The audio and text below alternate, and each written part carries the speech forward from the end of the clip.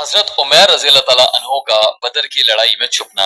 हजरत उमैर बिन अबी वकास रज़ी अल्लाह तआला अन्हो एक नौ उम्र सहाबी हैं। शुरू ही में मुसलमान हो गए थे। साद बिन अबी वकास मशहूर सहाबी के भाई हैं। साद रज़ी अल्लाह तआला अन्हो कहते हैं कि मैंने अपने भाई उमैर को बदर की लड़ाई के वक्त देखा कि लश्कर की रवानगी की तैयारी हो रही थी और वो इधर उधर छुपते फिर रहे थे कि कोई देखे नहीं। मुझे ये बात देखकर ताज्जुब हुआ। मैंने उनसे पूछा कि क्या हुआ, छुपते क्यों फिर रहे हो?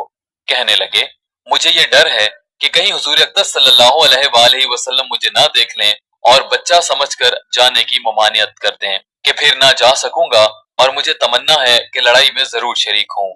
क्या बईद है अल्लाह ताला मुझे भी किसी तरह शहादत नसीब फरमाए। आखिर जब लश्कर पेश हुआ तो जो खतरा था वो पेश आया और हुजूर अक़दस सल्लल्लाहु अलैहि वसल्लम ने उनके कम उम्र होने की वजह से इनकार फरमा दिया, मगर शौक का गलबा था, तहम्मुल न कर सके और रोने लगे।